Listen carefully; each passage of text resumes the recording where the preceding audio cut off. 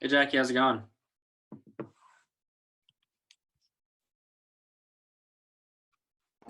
Good. I'm writing an offer. Oh, nice. So I will be back on in a few minutes. You're good. I just thought I would say hi. I know, I actually signed on 45 minutes ago, so I wouldn't forget. Oh, okay. Nice. All right, I'm gonna put you on pause. Sounds good.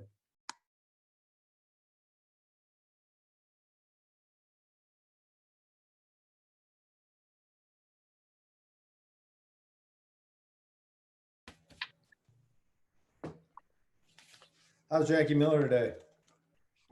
Currently writing an offer. offer right now. Ooh, that's fun.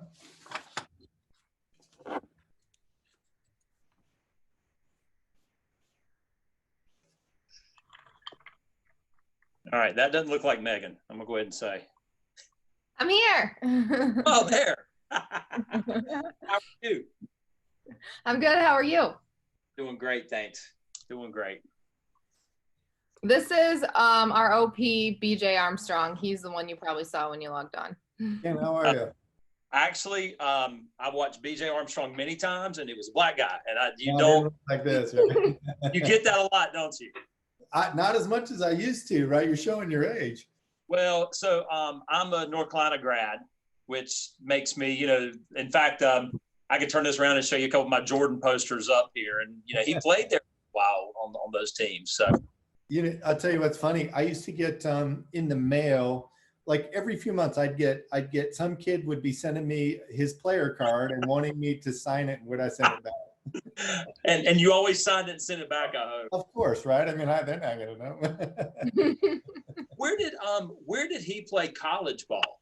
Because no, you guys are in Indiana, right? It's a big basketball state. We're in the better Bloomington, Illinois. Bloomington, Illinois. Gotcha. I don't know. No wonder you were getting his stuff. Right? Yes, exactly. Better. Oh, that's even better. Love it. Hey man, it's nice to meet you. I'm a OP at 2 market centers myself. Where are you at? Lake Norman, right outside Charlotte, North Carolina. All right, very nice. What's your market like right now? Well, it depends on which one you're talking about.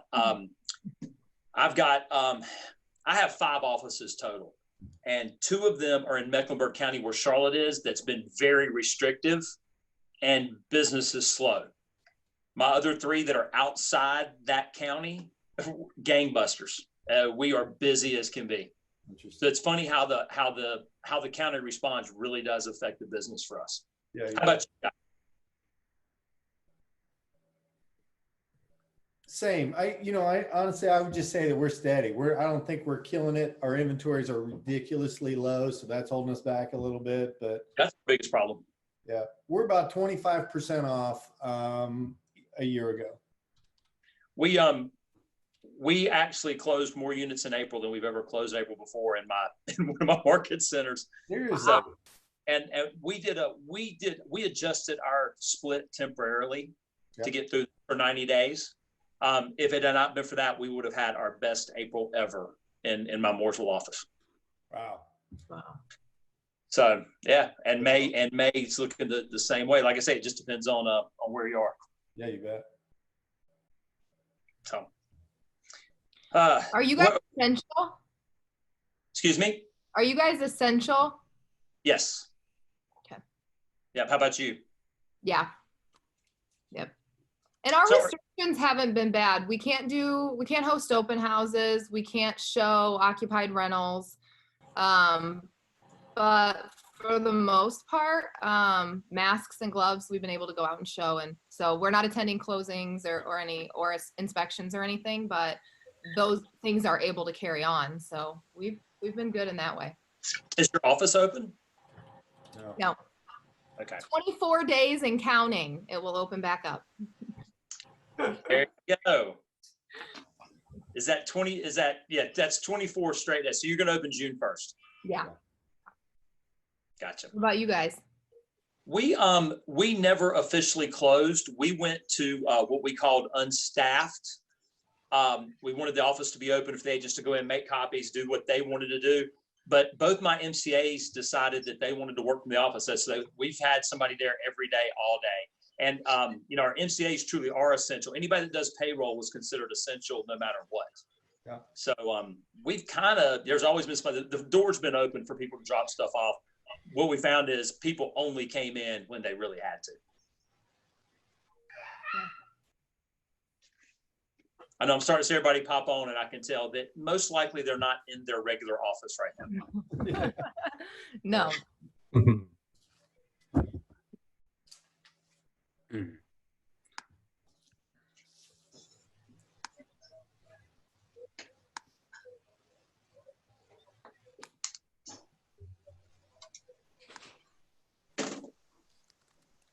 So Megan, how do you know Darren?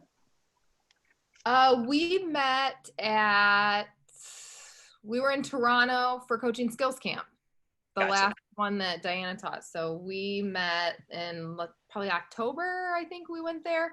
Yeah. So then we hooked up at family reunion and went to most of our breakouts together, and now talk to each other mostly weekly about what are you going to do about this? Help me talk through that. So it's nice to have a team leader in another market that I can call. So she's kind of my go-to person. Yeah, she's a phenomenal presenter. Yeah.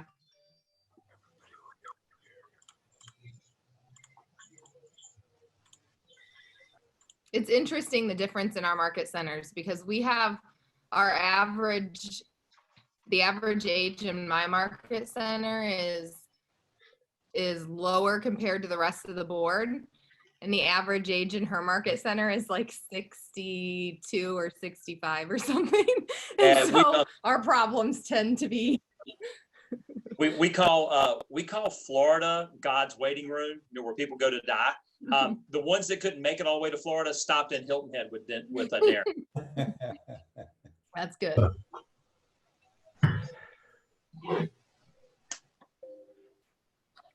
Yeah, just so you, Megan, you need to be appreciative of BJ, because I know this about him. I know that he is not your regional director. Her OP is also her regional director. No pressure there, right? Yeah. Right. Oh yeah, when she calls and talks about different things, like different things that the region is pushing, and I'm like, yeah, I don't know if we're gonna do that or not. And she's like, I'm doing it. I'm like, yeah, Well, I want to get a little more on those days. Yeah, our region is also owned by Keller Williams International, so that probably yeah. How about how about that? So her OP is actually an employee of Keller Williams as a regional director. Wow. Hey, I'm curious, does that make Mark King your regional OP now? I do not. You know what? I don't know the answer to that. The last time I asked, we were told that Gary was my OP. So I don't know. I really don't know who it is. That's valid. So Gary was our regional OP, and maybe 2 months ago, actually Mark King showed up in the region and presented as our regional OP. So my guess is that news is coming at some point. There you go. Very well, Mike. Interesting. Yeah. All right, let's go ahead and get started. There's a few more that are going to trickle in over the next few minutes, but I want to get started. So, BJ, did you want to take care of this? Or you want me to? You got it. It's all you. Just cut him off.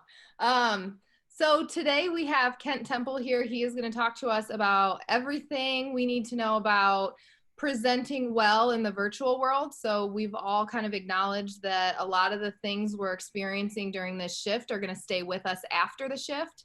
So things like virtual open houses, virtual listing presentations, you may still have a lot of these things after the dust settles and we go back to whatever normal is going to look like. So it's a need that we haven't had in our world before, or definitely not as much as we see now. So we are all going to learn a little bit more about becoming better virtual presenters today. So Kent, I'll hand it over to you. You can tell us a little bit about who you are and what you do, and jump right into it. Awesome. Well, Megan, thank you for the invite. So my name's Kent Temple. I have a team in the Charlotte area, Lake Norman in North Carolina. I'm an OP of 2 market centers, but really one of the things I'm most proud of is I went through the process of becoming Keller Williams Master Faculty. And it is a process that I did it for two reasons. One, I wanted to give back to this company because it's blessed me. But the other reason is I wanted to teach a certain class. And that class is called Train the Presenter. And you have to be master faculty at Keller Williams. By the way, there's only 47 master faculty, and me and my wife are 2 of the 47. But I wanted to teach that class, Train the Presenter, how to be a great presenter. And I've been so blessed. I've traveled all over the country, although I still have not been invited to your area, but maybe when this is over, you can have me up. I mean, I've been as far away as Alaska, California, all over Texas, all over Florida, New York City, getting to teach this great class. Well, now that's not an option for people. And more of us are having to do what we're doing now. And that's these Zoom presentations. And, somebody said, hey, Kent, would you talk about what does it take to make a great presentation? And a lot of the things are going to be the same things that I teach and Train the Presenter. And there's going to be a few of them that are going to be different when it comes to presenting in the digital world. So, Megan, I'm going to ask you if you would be my Vanna White. And if any questions pop up during this, interrupt me. And if you think it's a good time to ask it, if you would just kind of watch the chat for me. And guys, I'm going to encourage you, ask any questions you want to. And I promise to give you a great answer. And that answer might be, I don't know, but it will be a great answer. So Megan, if you would watch that for me, please. Yep, I got you. Now, this is really about presenting it. And we're on Zoom now. I think Zoom is the most popular resource out there for this kind of thing right now. It's my favorite right now, but this is really going to go for any kind of presentation. If you're doing FaceTime, if you're doing Facebook, these are just, good things to think about as you go. And I have to start by telling you, get comfortable with the format that you're going to use. I am not techie. I teach one tech class a year. It's on April 1st. Y'all just missed it. It was great. About, let's see, a year and a half ago, I went to Austin, Texas, and I did what they called a Red Talk. There were 8 of us that went out there and we did these Red Talks and we presented. And when I got through, Dawn Soroka, who at the time was in charge of setting up all the instruction, everything, she came to me and said, hey, Kent, we want you to be a tech ambassador. We want you to travel the country and teach tech. And I said, Dawn, you don't know me very well. You like the way I present, but I'm not good with tech. And she goes, no, we did the research. We want you to teach it. And that was her way of saying that when it comes to tech, I'm as dumb as a fishing worm. And if I could learn it, anybody could. And that was her big idea for me to do it. So you just have to know that going in. This is not, for me, this is really uncomfortable doing things this way because we are so reliant on the technology piece of it. I've got comfortable with the things that I know that I need to do. I can log on. I can take my face off the screen. I can mute myself. Here's what I'm most proud of is that I can actually do my own virtual background. Y'all don't know how proud I am of myself that I can actually change my own background and I taught myself to do that. So you don't have to be a tech genius to be able to do this. I don't know. Gary told me not to use virtual backgrounds, so we've stopped. Let's see here. Let me take it back. See if I can take it back off. There we go. That's not what it's about. Here's what I can't do. I cannot share my screen. Now, if I was doing a presentation I needed to, I would learn how to do that. I know my limitation. I'm not great at being able to follow along and follow the chat. Prepared ahead of time. I got Megan, to do that for me. Just think about what you're going to do to prepare. So here's the things I prepare. First, you got to prepare the content. I told you guys right now what you're going to learn presenting skills in a digital world. My goal is for you to be better at that when you leave here today. That's what you will know or be able to do when we're done. I understand my location. I'm in my office. We have a little bit different rules than you. We're still open. I'm comfortable here. You can probably tell the way I'm moving around. I'm standing up because that's how I like to present. I'm the first person on the call, but somehow BJ, being a great leader, he actually beat me today because I logged on 10 minutes early and he was always there. I always show up early. Appearance is a big thing. So I'm looking around here. Let's see what everybody's wearing today. Thank you for all the people, by the way, that have your face on. It's fun to look at. Oh, look, I saw a cute little red-headed boy peeking over somebody's shoulder there. Oh, now he's hiding from me. Yeah. So what are you comfortable in? When typically if I present, I usually kind of wear a suit with a shirt. I'm not a big tie wearer. It's not appropriate for Zoom right now. That's just not what people are doing. What's going to make you comfortable when you're presenting? Lighting. Can you guys see me okay? Yeah, here's a crazy thing about Zoom. The lights work when they're on the other side of the camera and they don't work when they're behind you. So you have to be sure that you've got your lights right. I learned a couple times, I have to put my phone on airplane mode when I do this because I shoot these Zooms off my iPad. So what happens when somebody calls me and I'm doing a Zoom?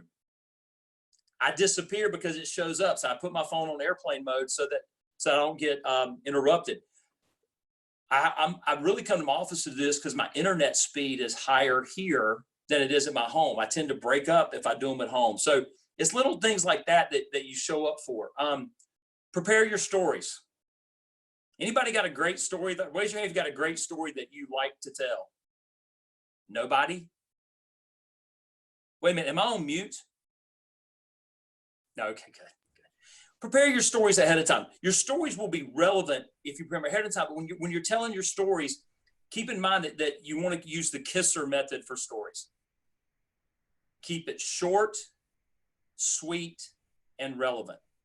When you're telling your stories, they have to be short. Anything more than a minute or two, you're going to lose people. Be sure and keep them sweet. I see a lot of people out there. There's a lot of talk in the market right now. Some of our competition is laying people off. And I've seen people go on these kind of calls and they have said, hey, company ABC just did this. You know what? I prefer to talk more about what we do than other people.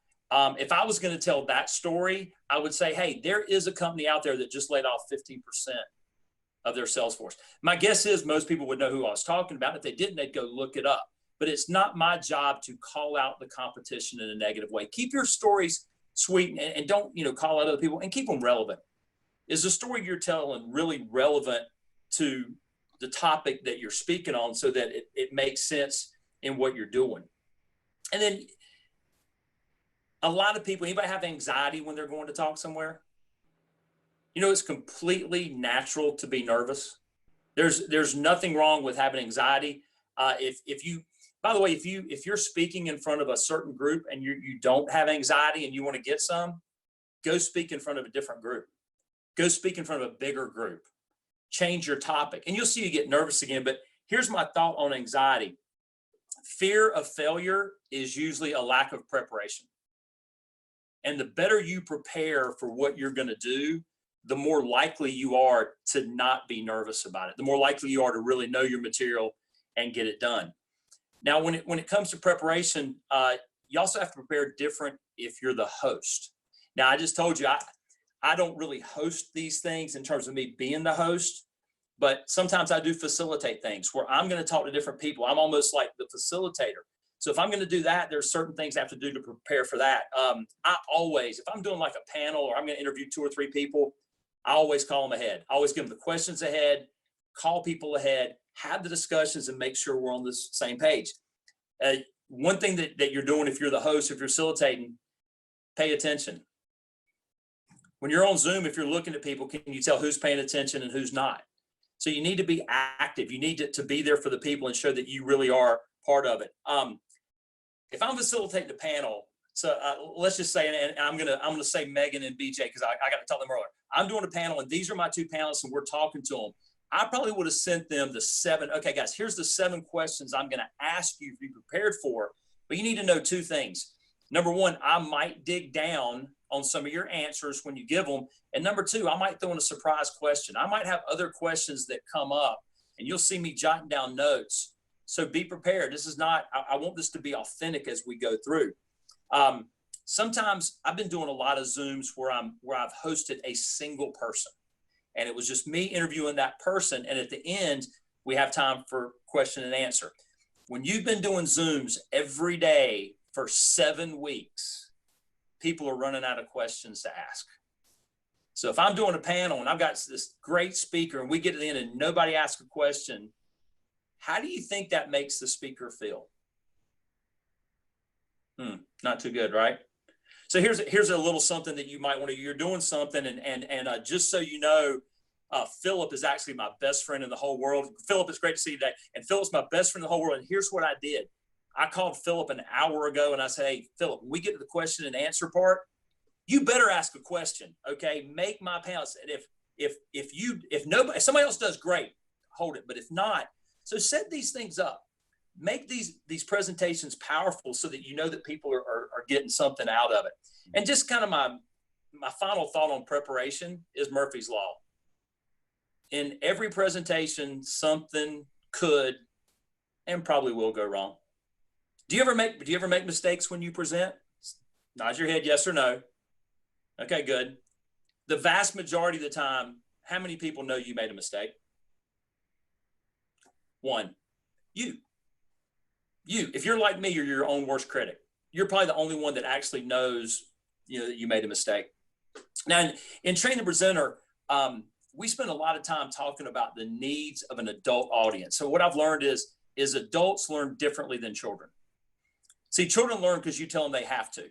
Children learn because that's what they're supposed to do.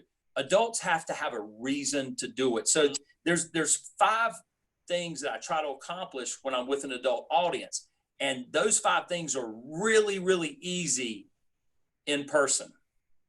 And some of them are really, really difficult when you're doing Zoom or any kind of virtual presentation. So here's the 5 things an adult needs for a great learning experience. Number 1 is adults want to know what the benefit is. What's in it for me? If I actually give you my time, what am I going to get out of it? Because as a real estate agent, your most valuable resource is your time. So are you going to tell them? I try to tell you early on, the benefit of being with me here today, if you'll hang around for a few minutes, is you will be better prepared to make great presentations virtually going forward. So what's the benefits?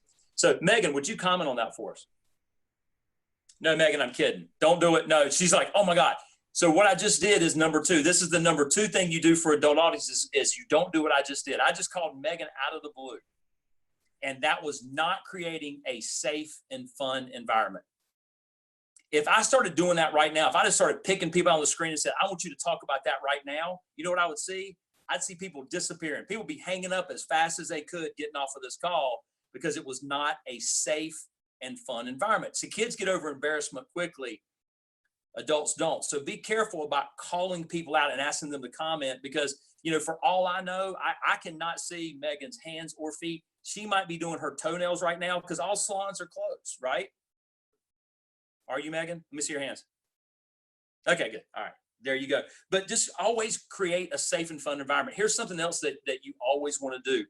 Acknowledge everybody.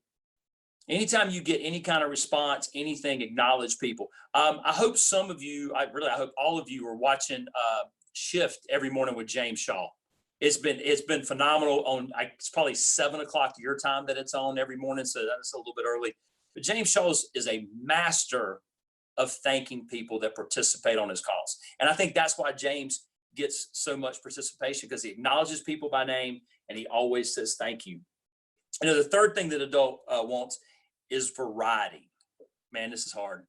When you're in a virtual world, variety is tough. So just always think about what can I do to change things up? Is there anything that I can get going? One thing that I did is I asked for questions up front. So if you have any questions, please type them in because Vanna White is watching them for me. That is tough to do. The next thing is active participation. People like to participate. Again, this is tough virtually. It's just hard. But always think about this, especially if you're hosting, the power is always in the other voice. Anytime I'm hosting a panel, my goal is to talk as little as possible.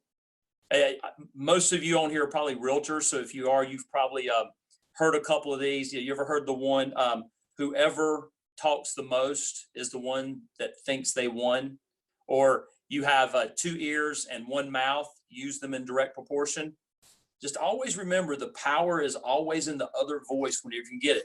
Virtually, that one gets tough. And then the 5th element of how adults learn is application. if I'm going to spend this time here today, can I apply this to my life, either my business life or my personal life?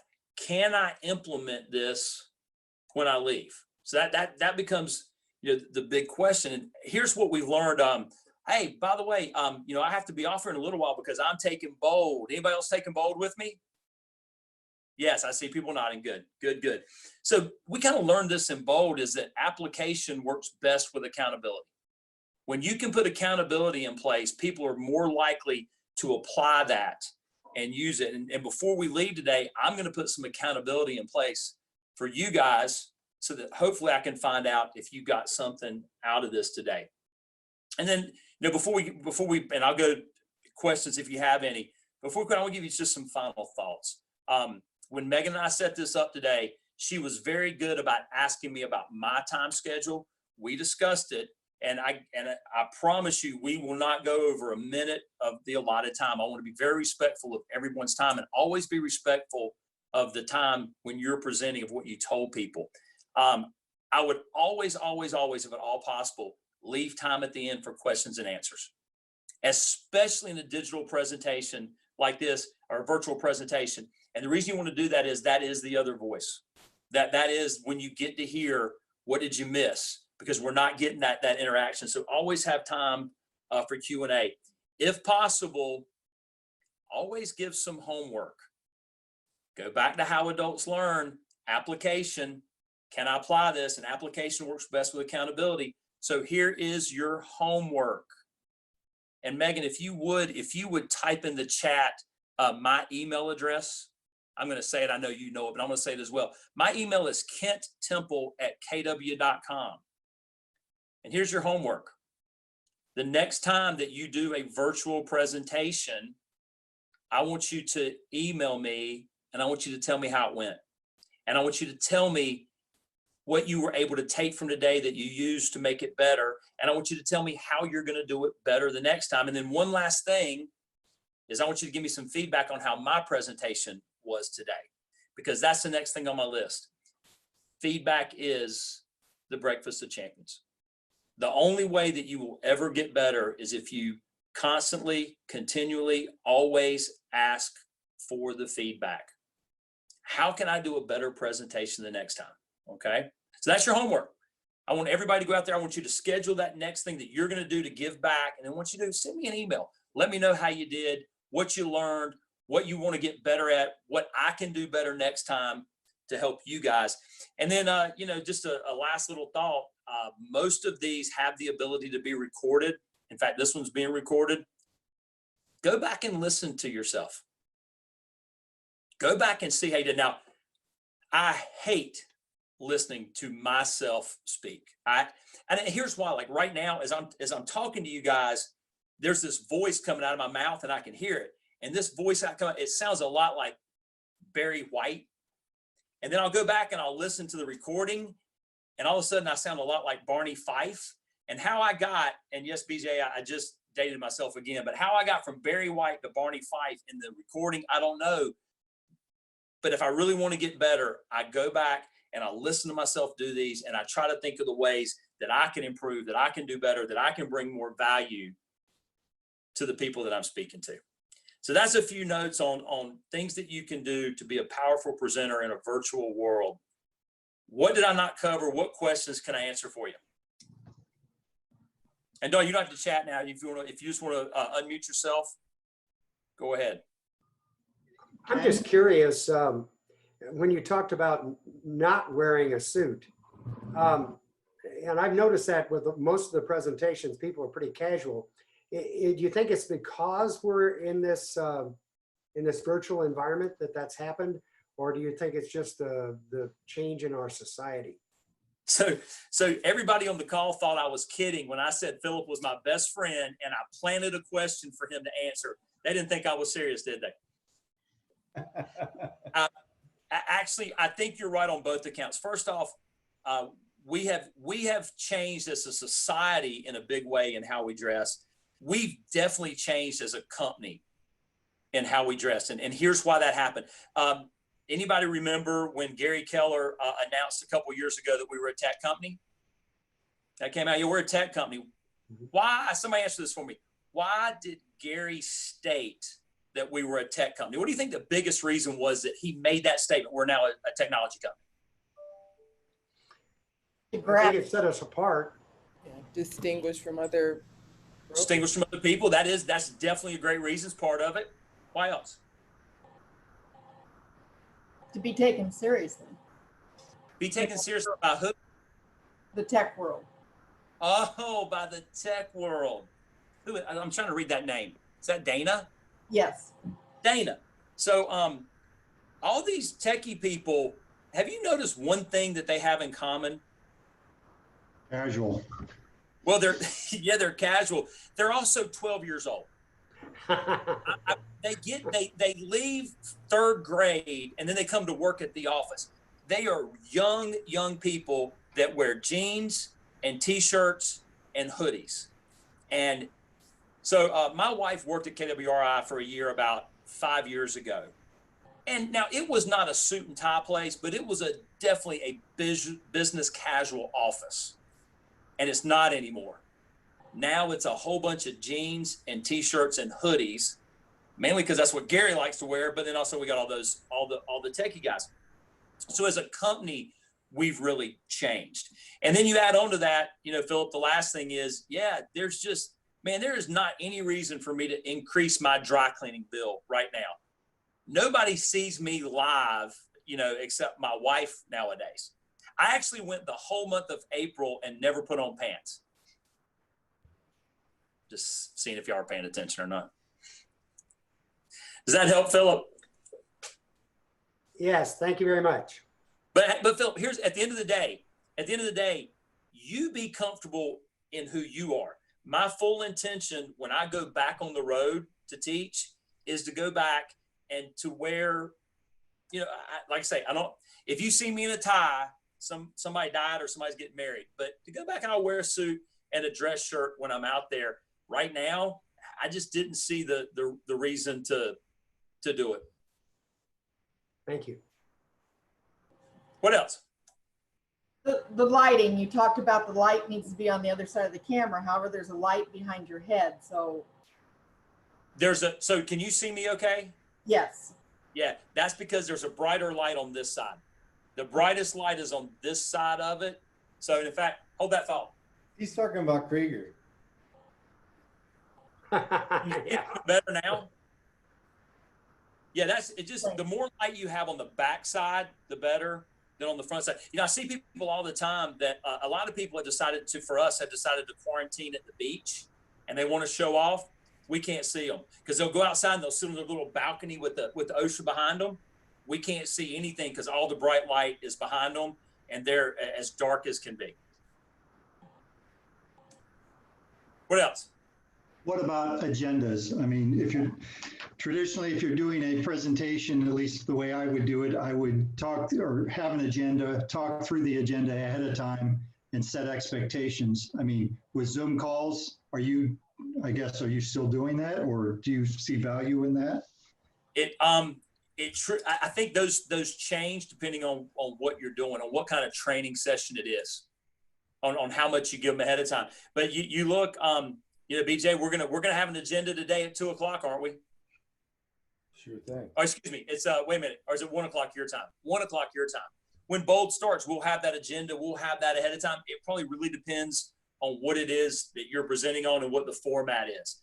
But again, that all goes back to, I can't stress enough, when I teach train the presenter, it's one entire day, 8 hours of getting ready for day 2 when we do presentations.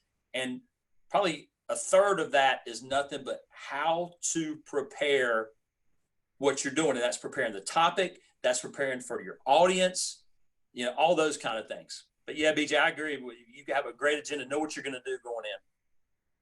Are you offering that training right now, virtually?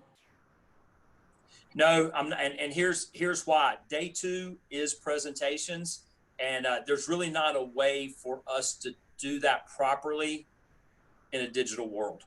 Hopefully, we'll go back to some sort of normalcy eventually, and we'll start doing that again. I do know that they are working on maybe a separate class to I kind of train the presenter for this kind of world that you'll go through.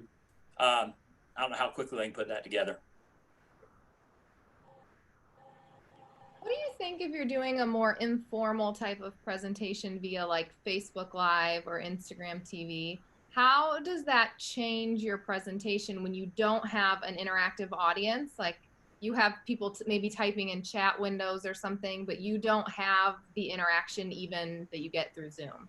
Yeah, for me, and that's a reason I've been asked if I would teach classes on Zoom. And when I say classes, things like MREA or one of the shift classes, I've turned those down myself, and it's because my style is based so much on interaction. I don't love this. Now I'm doing it 5 or 6 times a day, but I don't love what I'm doing right now. I love going to places and speak. I absolutely, it's the most fun thing I get to do. I've slept in my bed every single night since I got home from family reunion. I found out that my wife loves me a whole lot, exactly 5 days a week. And she looks forward to those 2 days that I'm somewhere else. No, she's been very good about it. So for me, that's why Zoom is my favorite, because I can get some interaction. The couple things that I have done on Facebook have been tough because you don't get that. You can't see the people. There is obviously no interaction coming back. It's just you speaking. You have to get comfortable doing it is all I can tell you. And the more, practice makes perfect. The more you do it, the better you'll get at it. What else?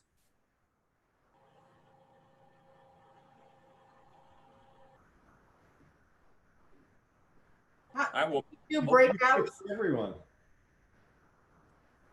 Go ahead, Dana. Do you do breakouts in your presentations on Zoom?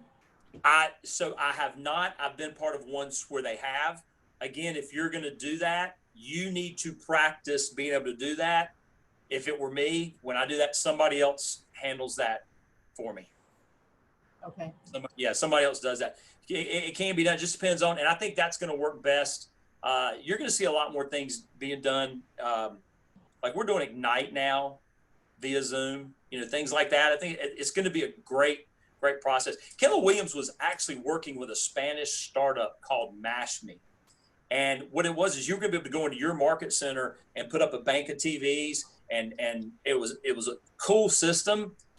And all of a sudden they dropped it when I asked them why. And they said, because there's no way they could catch up to where Zoom was. Zoom just has all the stuff that we need.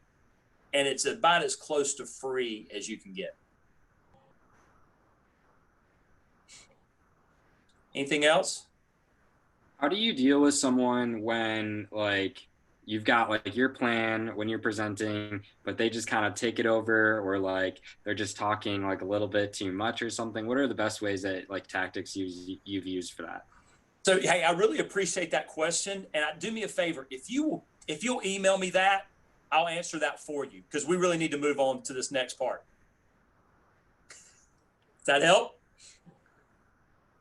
By the way, what's the chance of somebody being named KW Revolution and working for KW? That's interesting. That's a cool. Our market center account. Yeah, no, that's it. You have to be able to get them focused back on it, and usually just putting them off. And once you've done it a couple times, they'll get the message. Yeah, but you do. If you came here with a purpose, and I know I can't be the only one on this call that's a squirrel chaser. I'm a known squirrel chaser. I just know to chase squirrels short, and I got to get back to the focus. And if somebody's making me chase squirrels, I've got to just say, hey, why don't we talk about that offline, another format? Cool, thanks. Sure. Well, Megan, hey, I'm looking. It's 1 o'clock. I did exactly my 30 minutes. You did. I don't have to quit. If there's anything else you guys want to ask, I will, but I promise you I'd get you out of here on time. And I know people are probably going to start dropping for the next call. But if there's anything else you'd like me to talk about, just let me know. Well, I think we're good, but we'll look forward to having you come back when the world opens back up. And Absolutely. I'd love to see you live. Yeah. 2021, right? Guys, thank you so much. If I can ever do anything for you, please let me know. Yeah, I appreciate it. Thanks for helping Don't us out. do your homework work. I expect to get some emails from you guys. Sounds good. Got All it. right. You. Thank you.